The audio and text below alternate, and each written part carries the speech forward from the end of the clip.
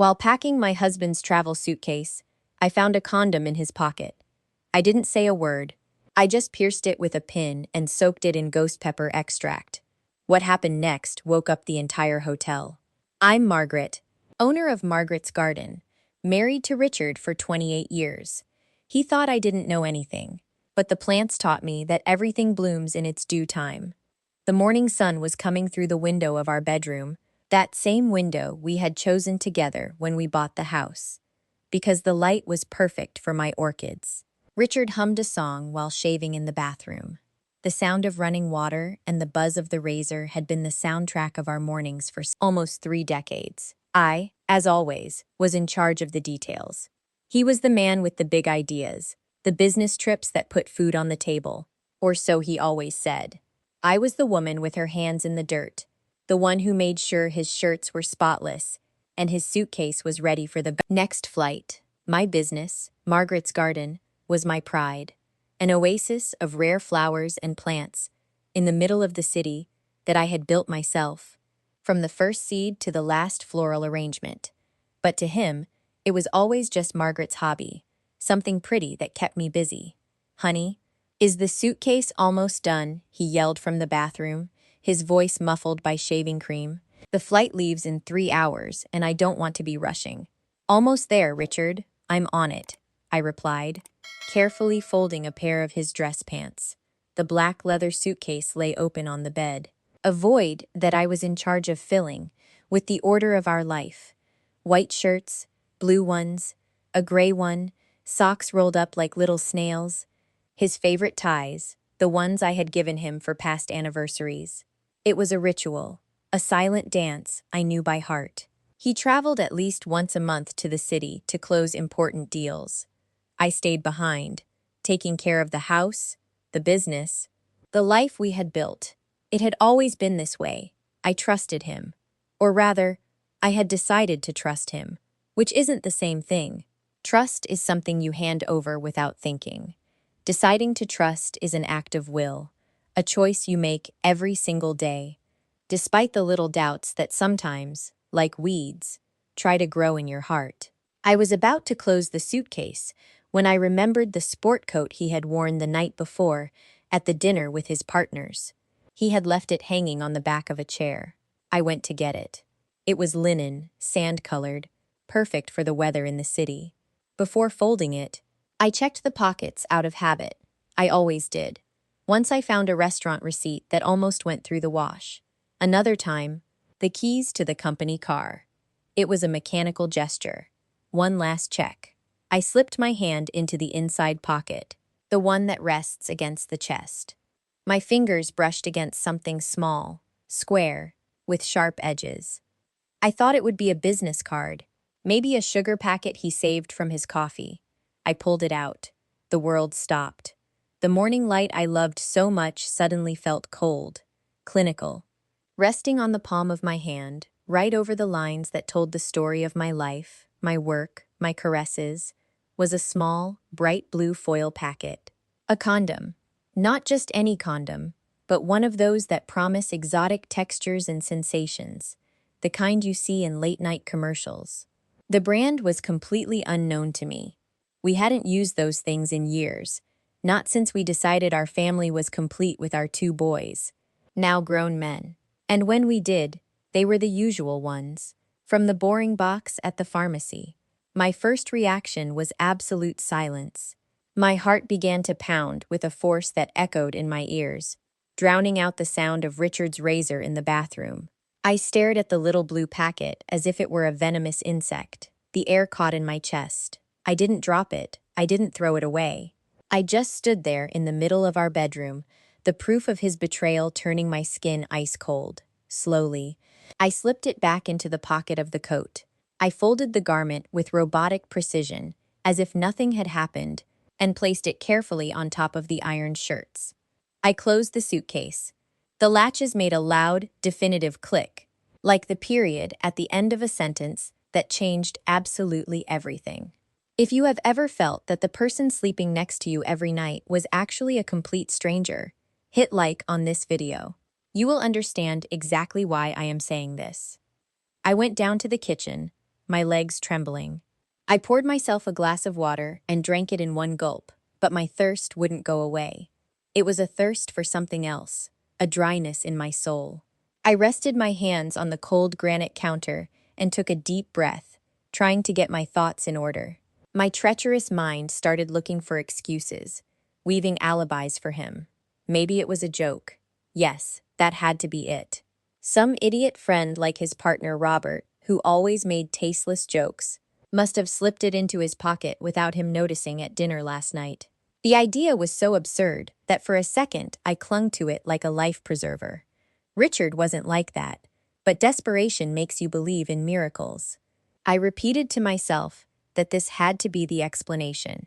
I went out to the backyard, to my little greenhouse, my sanctuary. The smell of damp earth and petunias always calmed me. I touched the velvety leaves of a begonia, feeling the familiar texture under my fingers, but the calm never came. The image of the little blue packet wouldn't leave my head.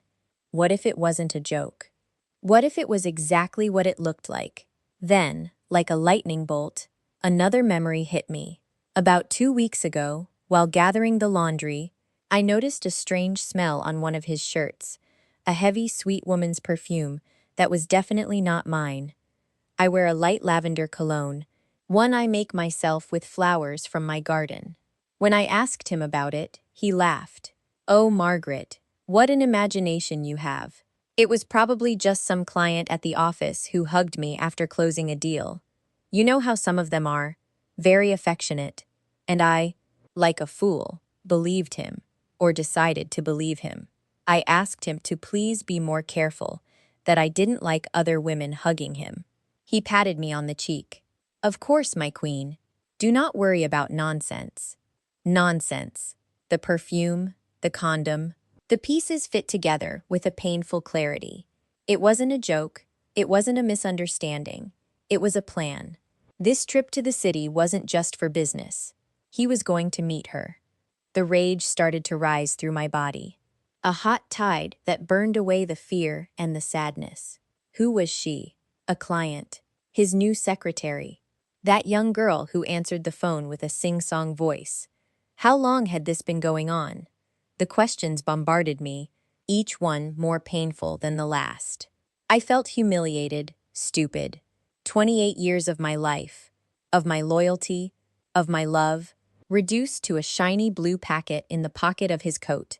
The tears began to fall, hot and silent. I didn't sob, I didn't scream. I just cried quietly, letting the pain flood over me while my hands kept stroking the leaves of my plants, as if they could understand me. I cried for the young girl who had married him full of dreams. I cried for the woman who had raised his children and kept his home. I cried for the partner in his successes, treating them as if they were my own. And as I cried, an idea began to form in my mind, a cold, sharp idea, like a piece of broken glass. I wasn't going to confront him. What for? He would deny everything. He would call me crazy, jealous, hysterical. He would tell me I was seeing ghosts where there were none. I knew him too well. He was an expert at twisting things around, at making me feel guilty for my own suspicions. No, confrontation was a dead end. It was his game, with his rules, and I wasn't going to play. I wiped my tears with the back of my hand. I looked at my dirt-stained hands, the nails short but well kept. They were hands that knew patience, that knew how to wait for the time to sow and the time to harvest.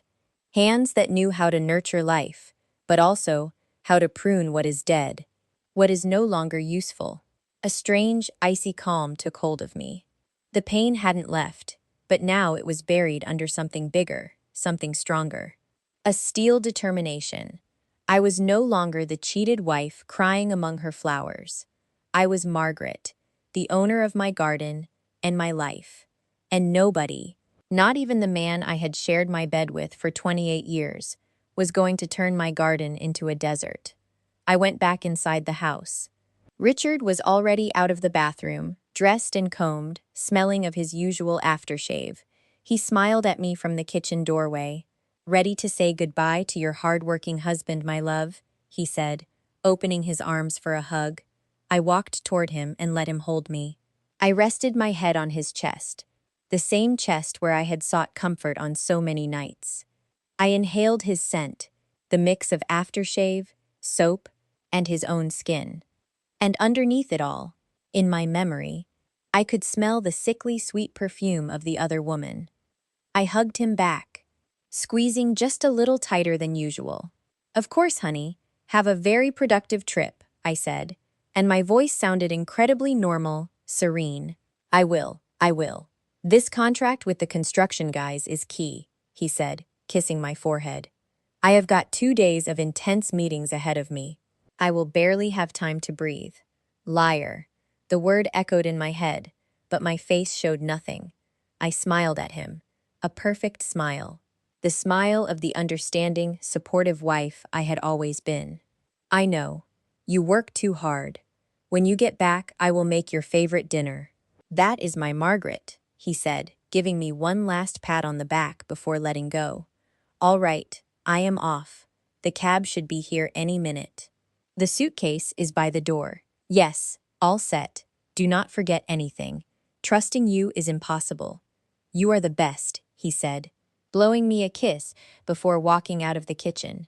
I stood there listening to his footsteps in the hallway, the sound of the suitcase rolling across the hardwood floor, and finally the click of the front door closing. The silence that followed was absolute, dense. I peeked through the kitchen window and saw him get into the cab, talking on his cell phone. Probably calling her to tell her he was on his way.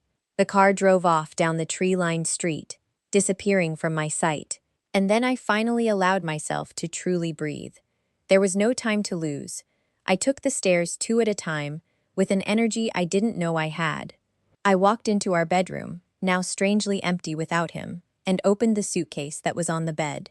Oh, wait, I had made a mistake. He had taken the suitcase. My initial plan was thwarted for a second, but it didn't matter. A good gardener always has more than one tool. I went to his closet, to his underwear drawer, where he kept his private things, and there, in a small wooden box I had given him for his birthday, I found what I was looking for. A box of the exact same condoms as the little blue packet. He must have bought it to have backups. There were 5 intact wrappers. The stupidity and arrogance of men is sometimes a gift. I took one of the packets and carried it to my greenhouse, my laboratory. On my workbench, next to the clay pots and pruning shears, I set down the shiny blue square. From a drawer, I pulled out a round-headed pin, the kind I use to secure ribbons on floral arrangements. With a steady hand, without a single tremor, I pierced the foil wrapper once, twice, 3 times. Tiny holes, almost invisible to the naked eye. Then I went to my supply cabinet, where I keep organic fertilizers and pesticides. Behind some bags of compost, I had a dark glass bottle with no label.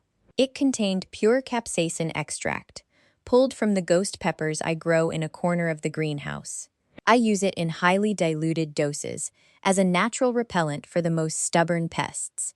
It is an incredibly potent substance, liquid fire. Using a dropper, I pulled a tiny amount of the reddish oil and applied it directly over the microscopic holes I had made in the wrapper. The liquid was instantly absorbed into the packaging. Then, with a cloth, I wiped away any exterior residue. The packet looked perfect, untouched. I let it dry in the sun for a few minutes. I took the rigged condom and slipped it into the inside pocket of the other sport coat he had left in the closet, one almost identical to the one he had packed. I knew that on his next trip, he would grab it without thinking. The plants had taught me that some seeds have to be planted well in advance so they bear fruit at the exact right moment. I stood there staring at the jacket hanging in the closet like a ticking time bomb waiting for its moment. And for the first time in many hours, I smiled. It wasn't a happy smile. It was the smile of a gardener who had just planted a very particular species of justice, one that would bloom with thorns. The jacket with the little trap hung in the closet, a silent promise for an uncertain future. I knew Richard was a creature of habit, and sooner or later, he would choose that coat for one of his trips. But a gardener's patience is not passivity. While I waited for that seed to sprout, I had to deal with the weeds that were already growing in plain sight. Even if I hadn't wanted to see them, I needed to know who she was, and just how deep the deception went. Revenge, like my most delicate orchids, required a controlled environment, a plan. I couldn't act blindly, driven only by pain. Pain makes you commit mistakes, and I couldn't afford a single one. My first call was to my niece Sophie. She is my younger sister's daughter, a 22-year-old systems engineering student who navigates the digital world the way I navigate my greenhouse. To her, algorithms and code are as natural as soil and water are to me. Sophie is my goddaughter. I raised her almost like my own, while my sister worked double shifts. There is a trust between us that doesn't need words. Aunt Maggie, it is a miracle you are calling. Did something happen? Her voice sounded bright and carefree on the other end of the line. Hi, sweetheart. No, nothing serious. I just wanted to buy you a coffee. Can you sneak away from campus for a bit? There was a slight pause. She knew me too well. I am on my way. At the cafe on the square, or at your place. Better at the shop. I feel more like myself here. I will be waiting. I hung up and got ready for her to arrive. I helped a couple of customers, wrapped a bouquet of sunflowers for a girl in love, and pruned some dead leaves off a ficus. My hands moved with the ease of habit, but my mind was a hurricane. When Sophie walked in, her fresh young face, with her thick-rimmed glasses and her backpack full of books, was like a breath of clean air in the middle of the rot I was feeling. I hugged her tighter than usual. Whoa, Auntie, that hug comes with a backstory, she said, sitting on the small stool I keep by the counter. Spill it. It is Uncle Richard, isn't it? I didn't hide anything. I told her about the condom, the perfume, the feeling that something had been wrong for months. As I spoke, she listened in silence, her expression shifting from curiosity to a grim seriousness. She didn't judge me. She didn't say I told you so. She simply nodded, processing every word. I am so sorry, Auntie, she finally said, her hand finding mine on the wooden counter. You do not deserve this. But crying isn't going to fix anything, and you are not the type to just sit around crying. What do you want to do? I want to know everything, Soph. Everything. Who is it? Since when? What is really going on? But I can't ask him. If I do, he will deny it, and I will look like the crazy one. I need proof. Something he can't deny. Sophie sat thinking for a moment, biting her lower lip. Then she pulled out her phone and started typing. Okay. There are a few ways to do this, some more legal than others, but hey, we are family, she said with a half smile. The first and easiest thing is the car. Uncle Richard loves that car more than anything. We can slap a GPS tracker on it. It is a tiny, magnetic gadget.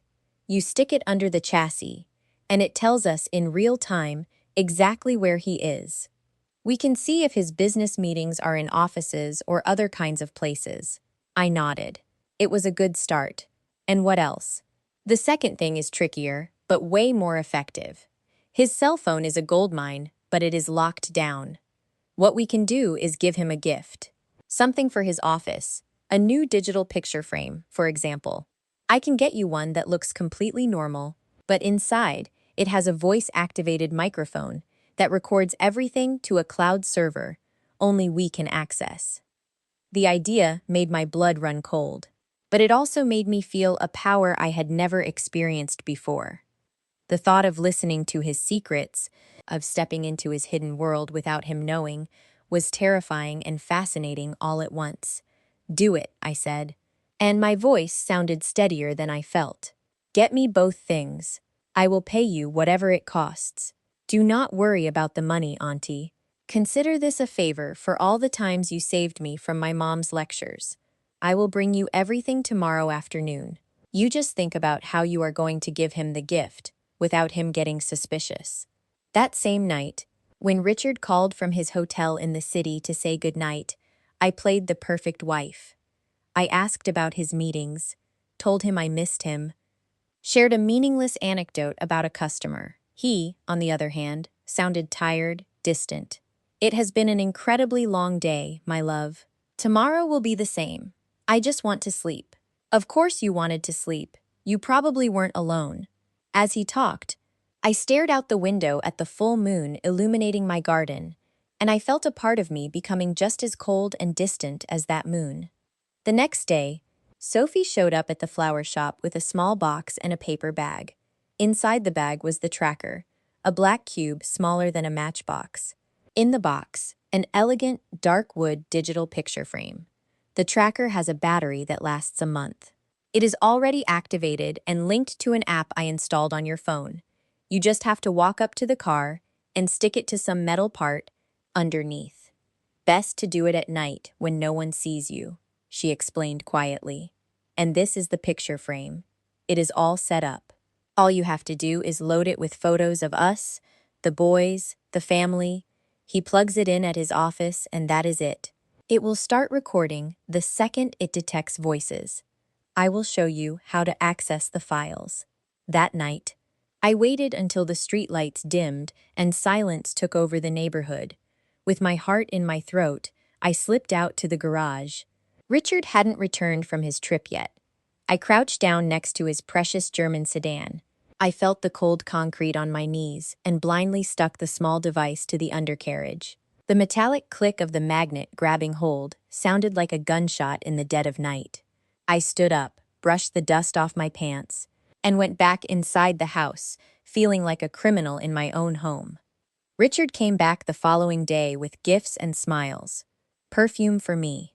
The irony almost made me laugh. Chocolates, and a lot of stories about how exhausting the negotiations had been. I handed him my gift.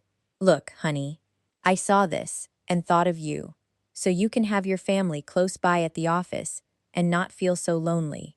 His eyes lit up. He loved it. What a beautiful detail, Margaret. You are the best. I will take it in tomorrow and put it right on my desk. And he did. The trap was set. Now, all that was left was to wait. The first few days were torture. I checked the GPS app every 5 minutes. I watched the blue dot move across the city, from home to the office, from the office to expensive restaurants for business lunches, back to the office, back home. Completely normal. Too normal. I started to think I had lost my mind, that I had imagined the whole thing. The audio files from the picture frame only contained work conversations, boring calls about contracts and budgets. But a week later, everything changed. On a Tuesday afternoon, I saw on the map that Richard's car wasn't at his office. It was parked at an address I didn't recognize. In a residential neighborhood on the other side of town. He stayed there for 3 hours. 3 hours where he didn't answer my calls. When I asked him later, he told me he had to go see a client at his house. An urgent matter. His voice sounded so convincing. That night, with shaking hands, I opened the audio folder for that day. There was a file that was 3 hours long.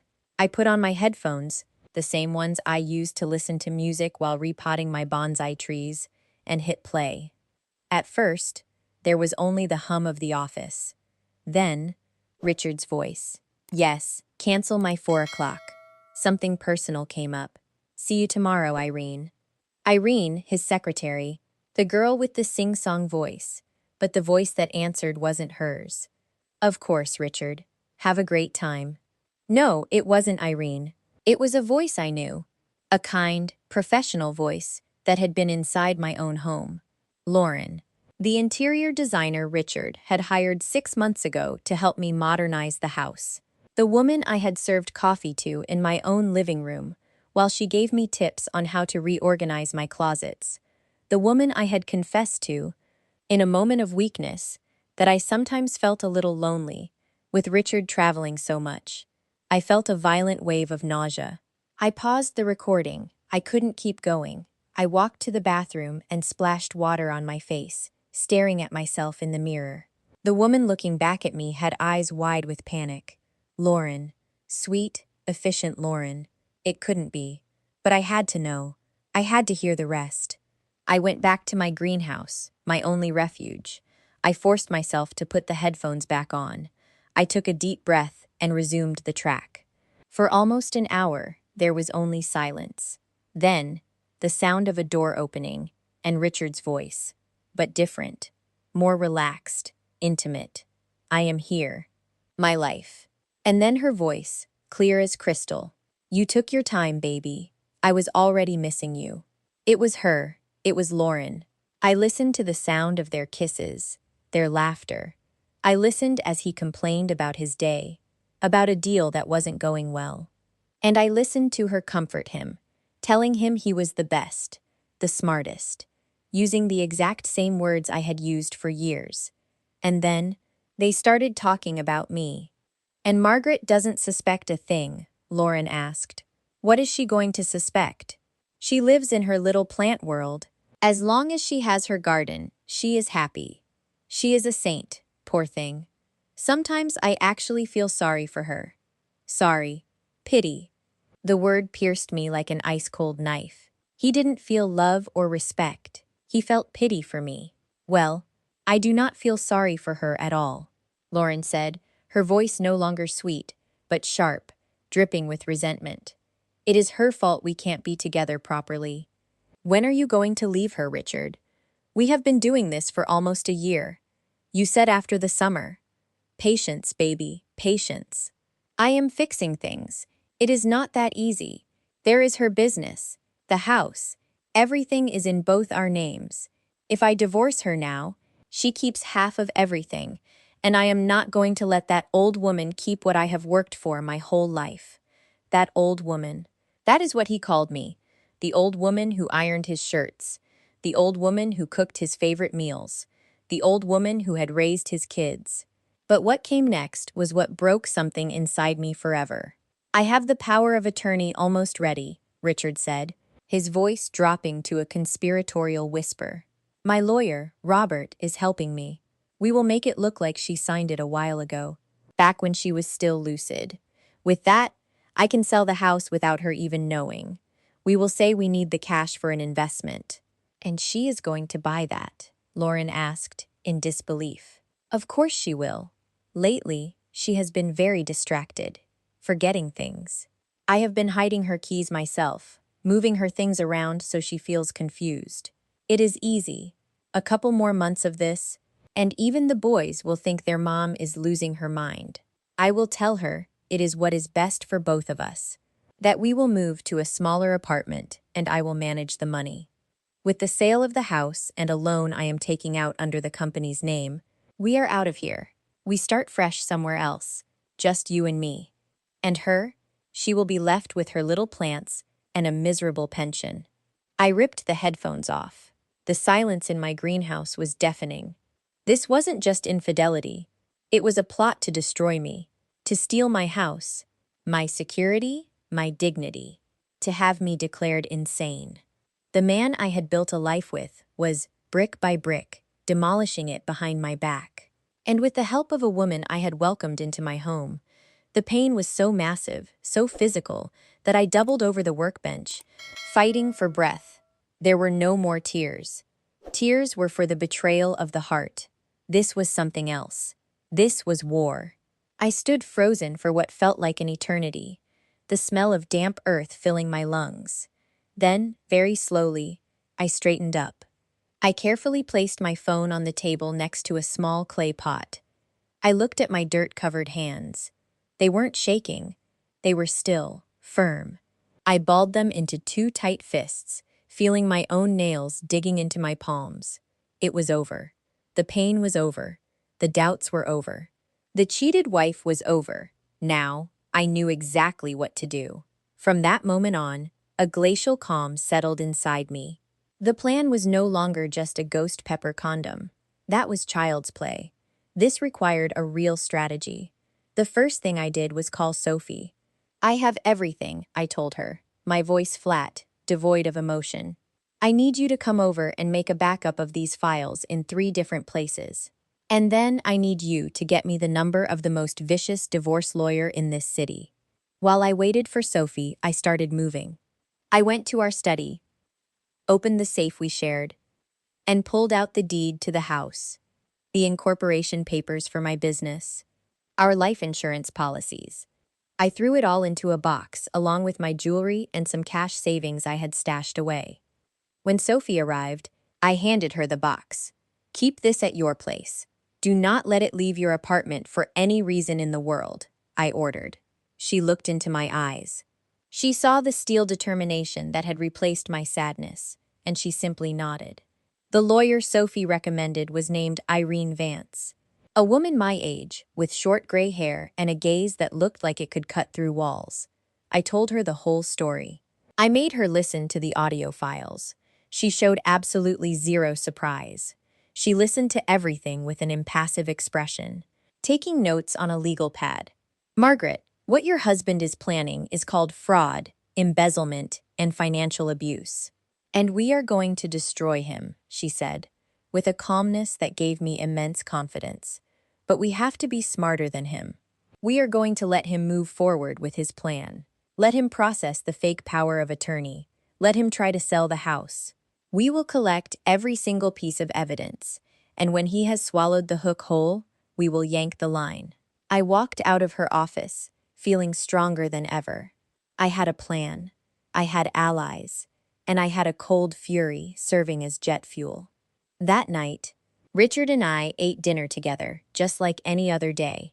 He talked about his upcoming business trip. He was going to Chicago in 2 weeks.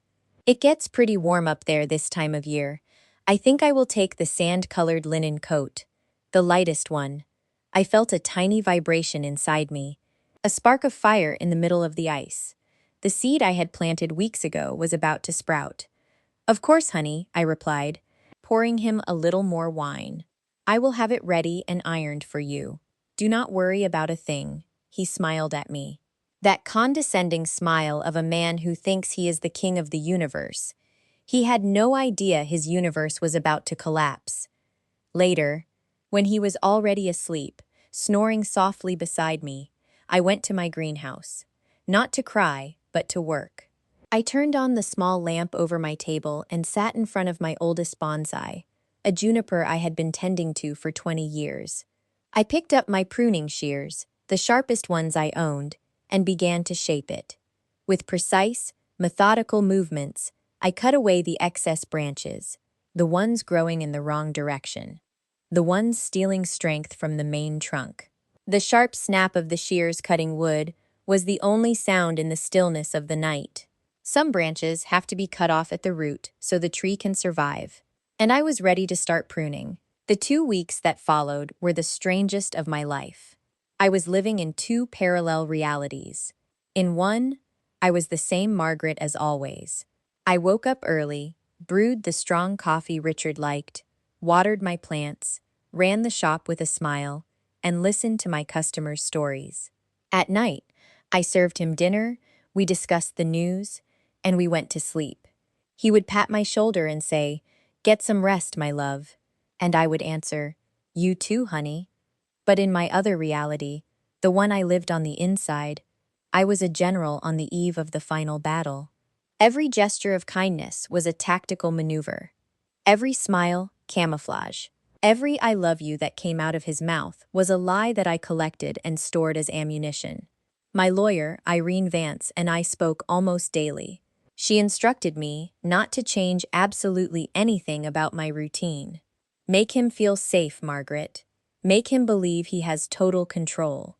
Men like your husband are most dangerous when they feel cornered, but they are incredibly stupid when they think they are invincible. We want the invincible Richard, and I gave him exactly that. I gave him the confident husband, the one who believed his wife lived in a world of petals and fertilizer, too simple-minded to grasp the complexities of his betrayals. Meanwhile, Sophie and I monitored everything. The GPS in his car drew the map of his double life. 2 or 3 times a week, the blue dot detoured to Lauren's address, always under the excuse of an off-site meeting. And the microphone in the picture frame kept recording. We listened to their plans, growing more detailed and cruel by the day. They talked about selling the house to a buyer friend of Robert's, his partner and lawyer, for way under market value just to get the cash fast. They talked about me with a disgust that didn't even hurt anymore. It only fed the cold flame of my resolve. Poor Maggie won't even realize it until she sees the moving truck, I heard Lauren say one afternoon, followed by her high-pitched, obnoxious laugh. They had no idea that every word they spoke was being recorded, archived, and categorized by my niece, with file names like conspiracy, sale, house, take Aunt Maggie down. Finally, the day came to pack the suitcase for his trip to Chicago. I did it just like always, with the same methodical dedication. I folded his shirts, his pants, placed his toiletries in the dop kit, and then I reached the key item. The sand-colored linen sport coat. I laid it out on the bed. The linen had the texture of the dry dirt in my garden in mid-August, right before the first rain. I was careful not to let a single strand of moss or pollen from my fuchsias cling to it. I slipped my hand into the inside pocket, the one right next to the heart, and my fingers brushed against the little shiny blue packet I had placed there weeks ago. I pulled it out for a second to look at it. It was pristine. The capsaicin extract, being an oil, hadn't evaporated or lost its potency. It was dormant, waiting for heat, friction, the promise of a purifying fire. I slipped it back into place, as naturally as I would a pocket square. I carefully folded the jacket and placed it right on top of his clothes in the suitcase, ready to be worn. That afternoon, while we were having tea in the kitchen, I executed the next phase of the plan. Richard, I was thinking, I started, keeping my tone casual. Next weekend is the National Orchid Symposium in Portland. I have always wanted to go, but I never take the plunge. He looked up from his newspaper with a look of mild annoyance that he quickly masked. Oh, right, your flowers, he said, as if talking about something childish. And I think this year I am going to go. It is Friday to Sunday. A break would do me good. Learn some new things for the shop. Richard's face transformed. A flash of genuine joy, a poorly concealed relief appeared in his eyes. It was exactly the reaction Irene and I had anticipated. My absence over the weekend meant he would have the house all to himself. Or rather, for him and Lauren. But of course, my love. I think that is a fantastic idea, he said with an enthusiasm that was almost comical. You deserve it. You work so hard in your little garden. Do you need money? The car? Ask for whatever you want. You really should go. You do not mind staying alone for the weekend? I asked, feigning concern. Not at all. I will manage. I will order takeout. Watch football. A real guy's weekend.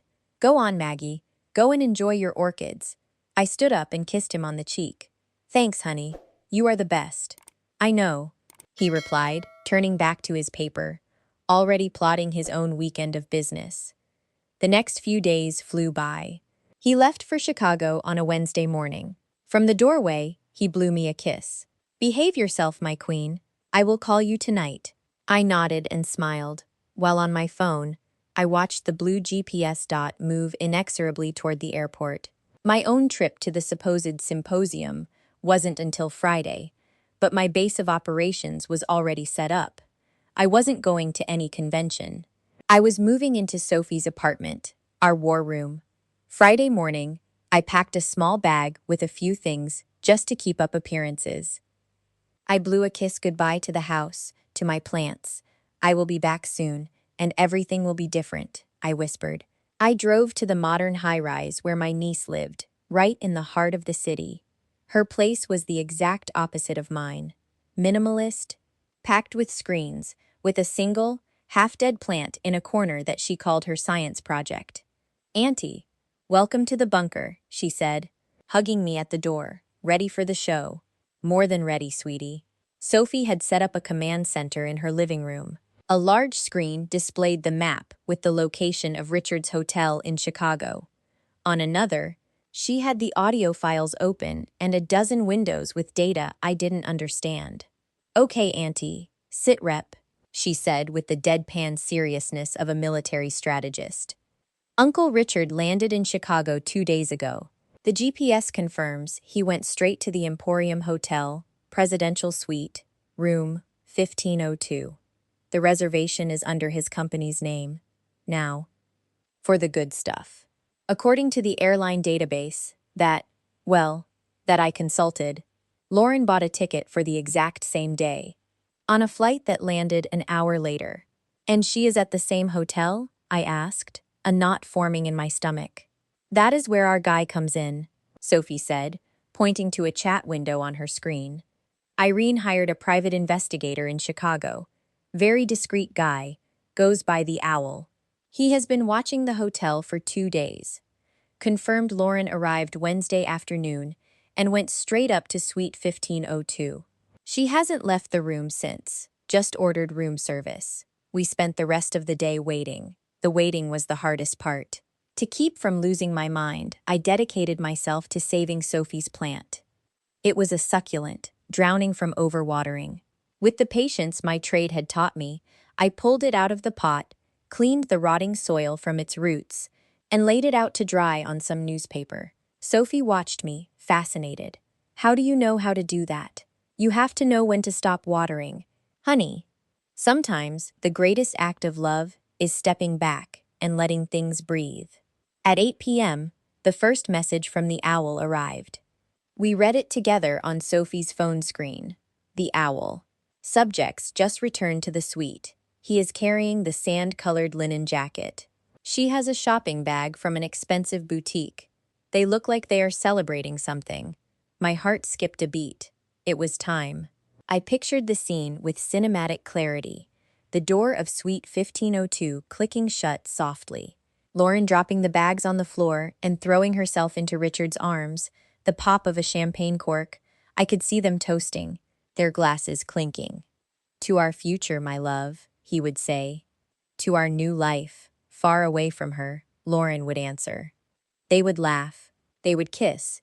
They would feel on top of the world, untouchable, believing they were the masters of a destiny they had stolen from someone else. And then, in the midst of that victorious high, he would take off the linen coat. Maybe he would toss it on a chair, or hang it carefully in the closet. And at some point, as the night deepened and the champagne kicked in, he would reach into that inside pocket. Sophie and I sat on the couch in silence, staring at the map screen as if it were a campfire. There was nothing to do but wait for the fire to catch. An hour passed, then another. I started to doubt. What if he didn't use it? What if something went wrong? Relax, Auntie, Sophie said, placing her hand over mine. Arrogance is predictable. He will use it. And then, at 10:30 p.m., my phone buzzed. It was a new message from the Owl. The Owl. Lights in the suite dimmed. Soft music playing. Looks like the celebration is moving to the next phase. I closed my eyes and took a deep breath. I imagined Richard, emboldened by the booze and the greed, reaching for the little blue packet. He would find it. He would smirk, the little trophy of his conquest. He would tear it open with clumsy anticipation. And right there, in the intimacy of that luxury suite, in the nest of their betrayal, the seed I had planted with such care would finally sprout. I didn't know exactly how pure capsaicin would react in those specific circumstances, but I had a pretty solid idea. Ghost pepper is not a joke. It is one of the hottest in the world. The concentrated extract is a miniature biological weapon. First, they would feel a tingle, a strange, warming sensation. They would think it was part of the effect of the exotic condom. But the heat wouldn't stop. It would turn into a burn, then into an unbearable fire, as if thousands of red-hot needles were piercing their skin in the most sensitive areas imaginable. Their first reaction would be panic. They would try to take it off, wipe it away, but the extract is an oil. Rubbing it would only spread it further. They would sprint to the bathroom in pure desperation and turn on the water. Fatal mistake. Water, instead of soothing it, would spread the oil molecules over a larger surface area of skin, intensifying the chemical burn. They would scream. They would jump into the luxury shower of the presidential suite, turning the hot water all the way up, thinking it would wash the pain away. Second, and deadliest, mistake. The steam from the hot water would do the rest, volatilizing the capsaicin, turning the bathroom into a makeshift pepper spray gas chamber. The irritating vapor would get into their eyes, their noses, their throats. They wouldn't just feel like they were burning on the outside, but on the inside too. They would cough, they would cry, they wouldn't be able to breathe. They would be trapped, naked, inside a cloud of their own making, a tailor-made hell for their betrayal. The chaos would be absolute. They would start blaming each other. "What is this? What did you put on me?" He would scream. "I didn't do anything." "It was you. This was in your jacket," she would shriek. Their voices, filled with agony and panic, would start to escalate. The screams would bleed under the door. First a murmur, then a wail, and finally a howl of pure terror that would echo down the silent, elegant hallway of the 15th floor, a sound impossible to ignore. I was lost in these images, in this symphony of poetic justice playing in my head. When Sophie's phone vibrated again on the coffee table, the metallic buzz jolted us both. The owl had just sent a new message. One single word. It started. Sophie and I stared at the screen like it was a bomb about to detonate. The phrase, "It started," floated on the screen, solitary and absolute. For a moment, the only sound in the apartment was the hum of the refrigerator and the beating of my own heart, which suddenly seemed way too loud. Sophie let out a breath she didn't know she was holding. "Well, Auntie, the seed just broke ground. Let's see how it blooms." I didn't answer. I kept my eyes glued to the screen, waiting. 2 minutes passed that felt like 2 hours. Then, another buzz.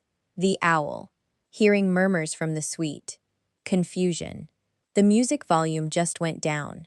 I gripped the edge of the leather sofa. I could picture them perfectly. The first sting. The odd sensation of heat. Lauren probably laughing, thinking it was some novel feature of the product. Richard, in his arrogance, playing along. "It is to intensify the experience, baby." What a fool. Ghost pepper doesn't intensify anything. It annihilates everything. 5 more minutes passed. Sophie's apartment, normally full of life and music, was dead silent. We both stared at the phone as if our sheer willpower could accelerate the events. The owl. Murmurs turning into complaints. Voices getting louder. I hear a "what is this?" It burns. A tiny smile, the first one in weeks, tried to creep onto my lips, but I held it back. It wasn't time to celebrate. It was time to observe. I let the image form in my mind, them looking at each other with suspicion. The lust morphing into panic, the fire starting to take control. An invisible enemy they had invited into their own bed, the owl, screaming now, definitely screaming. And the sound of running water. Lots of water. "Rookie mistake," Sophie whispered next to me, almost with academic admiration. "Water just makes it worse. It spreads it. Like trying to put out a grease fire with water," I said, my voice sounding raspy, like I hadn't used it in a long time. "You just create a fireball." The next message arrived almost immediately, accompanied by a tiny 5-second audio clip. The owl. "Listen to this. The hallway is waking up." Sophie hit play.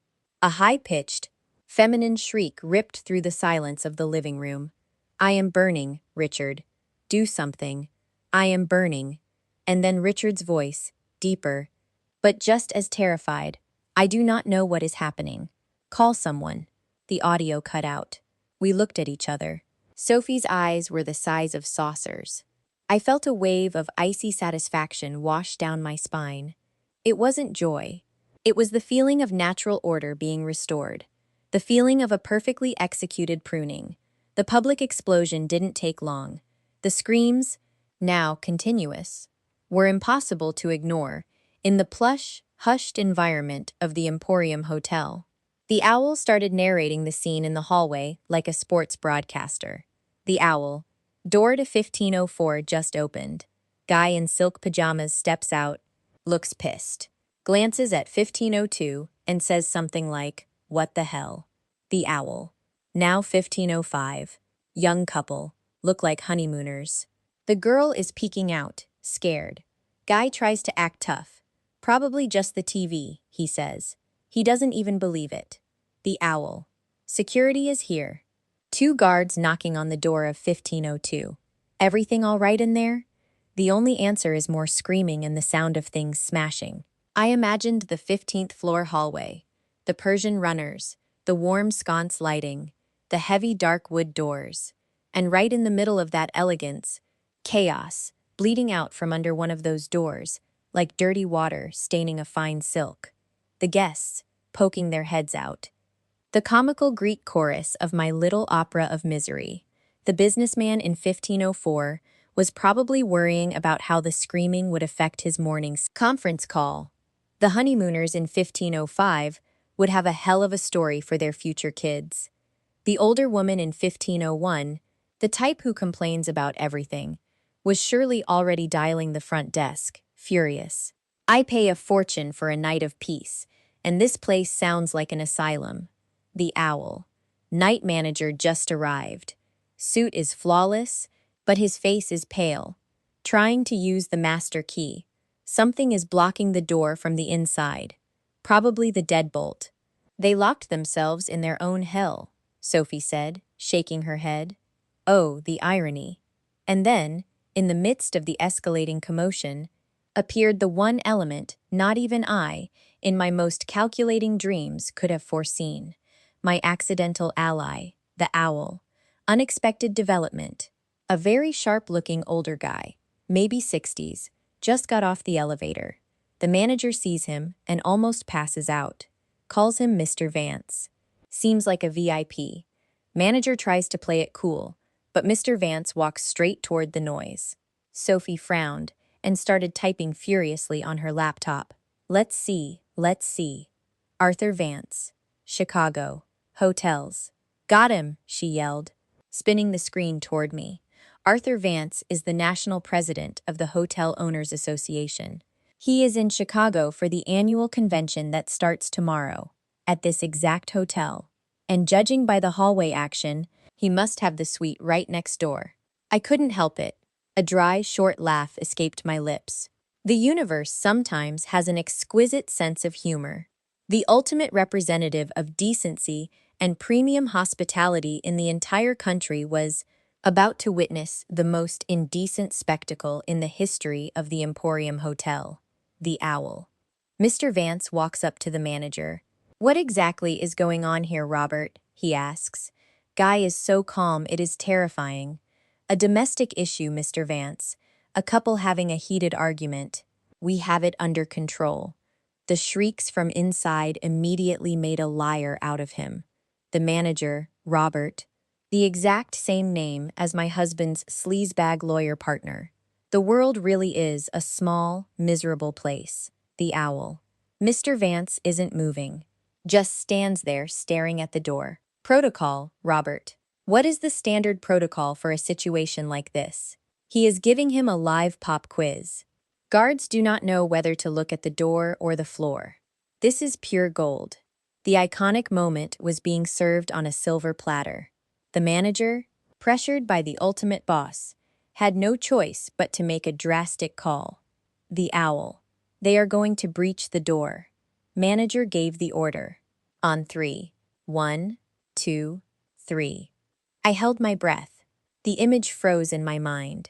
The door to Suite 1502, the final bastion of their privacy, about to be kicked in. Inside, two naked people, covered in hellfire oil, their skin raw and glowing red, trapped in a cloud of weaponized steam. Outside, in the hallway, an elite audience. Two security guards, a manager on the verge of a nervous breakdown, several nosy guests, and the absolute czar of the hotel industry, watching it all with a clinical eye, the owl. Door gave way. It is open. Holy shit. There was a pause of almost a full minute. The silence in the chat was more tense than any message. Sophie and I were leaning forward, as if we could peer through the screen. The owl. The scene is indescribable. They are both on the bathroom floor, slipping around, trying to cover themselves with wet towels. Their skin is this violent purplish red, The steam pouring out of the bathroom is making the guards' eyes water. Smashed champagne bottles everywhere. It is a disaster zone. Richard is screaming something about an allergic reaction. Nobody is buying it. Lauren is just sobbing, curled up in a ball. I could see it. The hallway lights spilling into the dim suite, spotlighting the scene like a theater stage.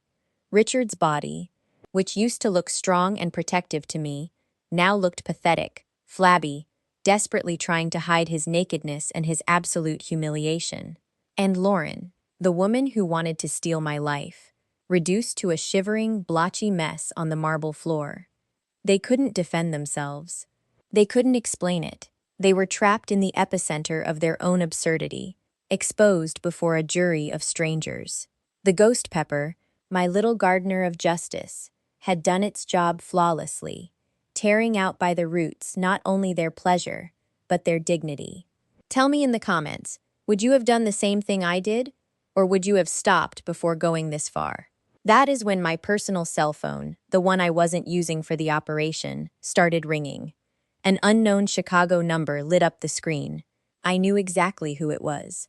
I motioned for Sophie to stay quiet and answered, modulating my voice to sound groggy and slightly worried. "Hello. Is this Margaret Holmes?" said a tense, professional male voice. "Yes, this is she. Who is calling? Did something happen?"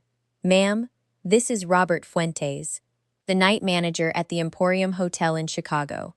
I apologize for the hour, but we have an emergency regarding your husband, Richard Holmes." I injected pure, concentrated panic into my voice. "Richard? Oh my God, is he okay? Was there an accident?" "Not exactly an accident, ma'am. It is a complicated medical situation. Your husband and his companion have suffered a severe allergic reaction. We are currently waiting for the paramedics." I paused, acting as if I was processing the information. The word companion was the trigger. Companion? I do not understand. Is he with someone from his office? His secretary, Irene. No, ma'am. It is not his secretary. It is a woman. Her name is Lauren. I let out a small, choked sob, worthy of a soap opera star. Lauren. No, that can't be. What is going on? For the love of God, what did they do? We aren't entirely sure, ma'am. The room is a disaster. They are claiming an allergy to a latex product, but the air in the room is highly irritant. It is very strange. Arthur Vance, from the Hotel Association, is on site and has requested a full incident report. Mr. Vance. Oh, the embarrassment. I shrieked, covering the microphone slightly to muffle the sound. Richard needed to make the best impression on this trip. This is going to ruin his career. Ma'am, please calm down. The priority right now is your husband's health. Is there anything we should know? Any known allergies? Pre-existing conditions? No, nothing I know of. Richard is a very healthy man, I said. And then, I delivered the final blow, using a tone of dawning, horrified realization. Unless, wait a minute, Lauren. Is it Lauren Gaviria, a tall brunette woman? Yes, ma'am. That matches her description. Oh my God, she is our interior decorator. Richard told me he had to meet with her about a project, but not at a hotel. And definitely not at this hour. I can't believe this. Are you telling me my husband was cheating on me? The manager went dead silent, trapped. He couldn't confirm or deny anything. Ma'am, my duty is solely to inform you of the medical situation. The paramedics just arrived. They are transporting them to St. Joseph's Hospital. Thank you. Thank you for letting me know. I will take the first flight to Chicago in the morning, I said, and hung up. I looked at Sophie. She was staring at me with a mix of utter horror and profound fascination. Aunt Maggie, are you a professional actress? No, sweetie. I am just a woman who has had 28 years of practice pretending everything is fine. The final messages from the owl painted the complete picture. He described how the paramedics went in wearing protective gear, how they wrapped Richard and Lauren in mylar thermal blankets, like two foil-wrapped baked potatoes, and how they wheeled them out on stretchers down the hallway. The procession was witnessed by all the gawking guests, who now had their phones out, recording the parade of humiliation. Arthur Vance watched the entire thing with his arms crossed, his face a mask of icy, professional disapproval. Richard, his face swollen and beet red, tried to mumble something as they loaded him onto the stretcher. One last, desperate defense. It was the seafood at dinner. Food poisoning. It was the crime scene where his double life had just been slaughtered. I turned off the phone and set it on the table. Silence filled the room once again. Sophie got up and brought me a glass of water. "It is over, Auntie. You won." I looked at her, and for the first time, I felt the crushing weight of the last few weeks land squarely on my shoulders. I didn't feel victorious. I felt hollow. Like a garden after a hard frost, cleared of pests, but cold and desolate. "No, sweetie," I said, taking the glass with steady hands. "It is not over. This is just the beginning. Now comes the fun part." I pulled Irene Vance's business card out of my purse and dialed. She answered on the second ring, as if she had been waiting by the phone. "Irene, it is Margaret. We have a green light. Execute Plan B. And his lawyer, Robert, should be receiving a lovely letter from me, warning him about the criminal consequences of participating in notary fraud. Tell him to sleep tight, if he can." I hung up. Sophie was watching me from across the room, her eyes filled with an admiration that made me feel simultaneously uncomfortable and invincible. "So what now, Auntie?" "Now, honey," I said, standing up from the couch with an energy I hadn't felt in years. "I am taking the first flight to Chicago. I have to go take care of my sick husband." I didn't sleep a wink that night, not from nerves but from pure, laser focus. While Sophie rested, I moved around her quiet kitchen, gathering the ingredients for my grand finale. In a stone mortar, my niece used as decoration, I ground fresh turmeric roots until I had a paste so intensely yellow it seemed to suck the light right out of the kitchen bulb. I added a spoonful of raw honey for consistency, and a few drops of calendula oil, which I knew was good for irritated skin. The mixture smelled like earth, spices, and something ancient and powerful. I scooped it into an amber glass jar, the kind I used for my own creams, and slapped on a handwritten label in my neatest cursive. Grandma's Healing Poultice. It looked like the most innocent, loving remedy in the world. In reality, it was an indelible brand. By 6 a.m., I was at the airport. I wore a cream-colored linen suit, my hair pulled back in an elegant chignon, and large sunglasses that hid my lack of sleep and the hardness in my eyes. I looked exactly like what I was supposed to be, a distinguished, deeply concerned wife, flying to her husband's side in a moment of crisis.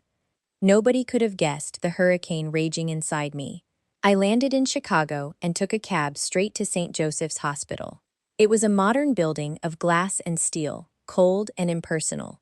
At the front desk, my voice cracking with perfectly rehearsed anguish, I asked for Richard Holmes. The nurse looked at me with deep pity and pointed me toward the dermatology wing. I found them in the same room. A private room, naturally, because Richard never skimped on appearances. They were in separate beds, a privacy screen pulled halfway between them. Both had IVs in their arms and were slathered in a thick, white medicinal ointment from the neck down. They looked like two badly made plaster statues. The skin peeking out from the edges of the cream was a furious, angry red, swollen and hypersensitive. The room smelled like antiseptic and misery. Richard saw me first. His eyes went wide, a cocktail of shock, fear, and a pathetic glimmer of hope. "Margaret, my love, you came," his raspy voice whispered. Lauren turned her head on the pillow, and when she saw me, her face contorted into a mask of pure terror. She tried to pull the sheet up higher, as if it could make her invisible. I walked slowly to Richard's bedside, setting my purse and a small gift bag on a chair. I placed my hand on his forehead, a tender, maternal gesture. "Of course I came, honey. As soon as the manager called me, I got on the first plane. I was so worried. What happened? They told me it was a terrible allergic reaction. Yes, that was it. The seafood. Dinner," he stammered, unable to hold my gaze. "Shh. Do not talk. Do not strain yourself. I hushed him, my voice a gentle lullaby. You need to rest. That is why I brought you something. I pulled the amber glass jar from the gift bag.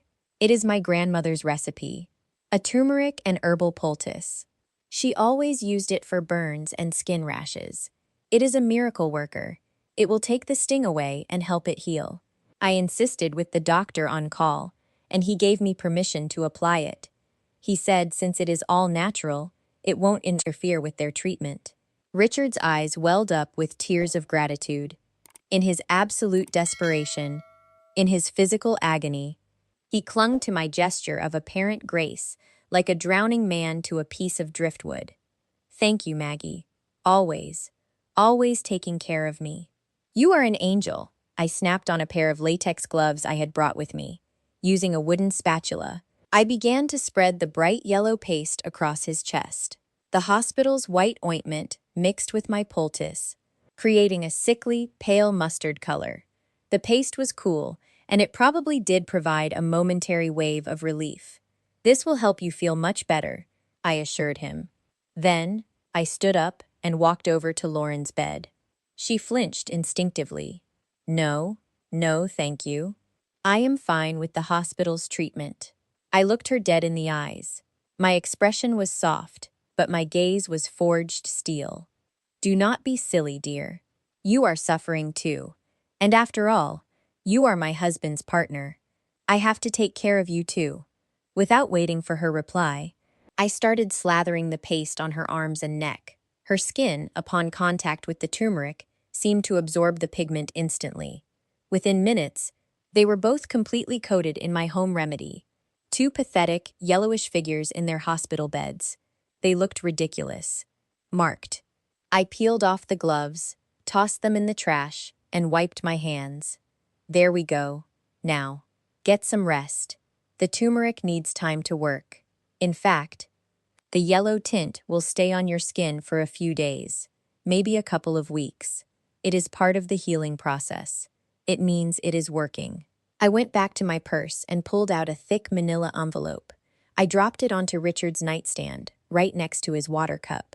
His expression shifted from gratitude to confusion. What? What is that? That, Richard, I said, my voice shedding all its warmth. Turning flat and absolute zero is the second part of my treatment for you. He tore open the envelope with trembling hands. His eyes scanned the first page. The divorce filing. He saw the bolded headers. Adultery, attempted fraud, financial abuse. His face drained of color, fighting through the yellow turmeric and the angry red burns. What? What is this, Margaret? Have you lost your mind? No, Richard. Quite the opposite. I have never been more sane in my entire life. For the last few weeks, while you were playing the big-shot cheating businessman, I have been gathering evidence. There are recordings, Richard. Recordings of your conversations with her in your office. Conversations about how you were planning to sell my house behind my back. About how you were going to call me crazy so you could steal everything. It is all there. Your voice. Her voice. Talking about the old woman and how you were going to throw me away. Lauren let out a choked gasp, like she had just been punched in the gut. Richard stared at me, jaw unhinged, the betrayal and disbelief warring in his eyes. No, it can't be. The picture frame. The picture frame, I confirmed with a nod. A gift from me, so you could have your family close by. And boy, did it bring us closer. He tried to sit up, but the screaming agony of his skin and the sheer shock sapped all his strength. Margaret, please, we can talk about this. It was stupid. A mistake. I love you. She means nothing. Save the speech, Richard. I do not believe you anymore. As of 9 a.m. this morning, all our joint bank accounts are frozen. The house is protected by a court injunction. Your buddy Robert is probably on the phone with his own lawyers right now, because I named him in the suit as an accomplice to fraud. And your career, the one you cared so much about. It is about to become a highly entertaining anecdote at the next hotelier convention, courtesy of Arthur Vance. I turned on my heel to leave. His voice stopped me. now a desperate, pathetic beg. Maggie, please, do not do this. For our boys. For our 28 years. I stopped in the doorway, but I didn't turn around to look at him. You burned those 28 years to the ground. Richard, and you did it in a luxury hotel suite. I just came to make sure the ashes were properly scattered. Take care of your health. You are going to need it. I walked out of the room without looking back. I heard a muffled scream of pure rage behind me, but I didn't break my stride. I marched down the sterile white hospital corridor, the click of my heels setting a firm, unyielding rhythm. I pushed through the sliding glass doors, and the Chicago sun hit my face. The air suddenly felt incredibly clean. I took a deep breath, filling my lungs with absolute freedom. The pruning was finished. 3 months later, Margaret's garden was not the same. I had used part of my savings, now fully released by the court order, to do a little remodeling. I knocked down a wall, creating a much larger, brighter space. A new reclaimed wood counter sat in the center, and in the corner, I had set up a small coffee bar where my customers could sit and enjoy an herbal tea while they picked out their plants. The business was booming like never before. Sophie worked with me 2 afternoons a week. She had built an online store for the shop and was running all the social media. Our sales had doubled. People didn't just come to buy flowers anymore. They came looking for a piece of the peace they said lived inside my shop. That afternoon, I was teaching Sophie how to repot a phalaenopsis orchid. You have to be gentle with it, honey. The roots are like feelings. If you squeeze them too tight, you kill them. You have to give them space to breathe. Got it, Auntie, she said, mirroring my movements with a focus that warmed my heart. Hey, did you see the latest post? The picture of the new bonsais has over 500 likes, and some lady in Ohio wants us to ship her 3 of them. I smiled. Pack them up carefully. Put a handwritten note in there from me. A lifelong customer, Mrs. Higgins, walked up to the counter with a bouquet of tulips. Margaret, everything looks so beautiful in here. You look absolutely radiant. Has the change been treating you well? It is the plants, Evelyn. They keep me grounded, I replied. And we both knew I wasn't just talking about gardening. Nobody talked about the divorce out loud. But everybody knew. The story of the incident at the hotel in Chicago had become an urban legend, whispered in coffee shops and hair salons. Richard had lost his job, his reputation, and half his net worth. He was living in a cramped, rented apartment. Lauren hadn't been seen in town since. And me? I was right here, in my garden, stronger and more alive than ever. My boys, initially shell-shocked, understood everything the second I showed them the evidence. Now, they called me every day, backing me up every step of the way. That night, when the last customer left and Sophie kissed me goodbye, I stood alone in the quiet of my shop. The scent of blooming flowers and damp earth was my perfume, the only fragrance I ever needed. I walked to my private greenhouse in the back, where I kept my most prized treasures. There sat my juniper, the bonsai I had been tending to for 20 years. Its branches, now perfectly pruned, cast a silhouette of pure resilience against the moonlight, filtering through the glass ceiling. If you know a woman who needs a reminder that even the most trampled garden can bloom again with even greater strength, share this story with her. I ran my fingers over the rough bark of the little tree, feeling its silent power beneath my touch. It had survived brutal winters, droughts, and severe prunings, and every single cut had only made it more beautiful, more itself. Just like me. I picked up my watering can and gave it a drink. The water cascaded onto the soil in a soft, comforting whisper, and with my fingers stained with fertile earth, I felt that, for the first time in a very long time, my own roots were firmly planted in my very own ground.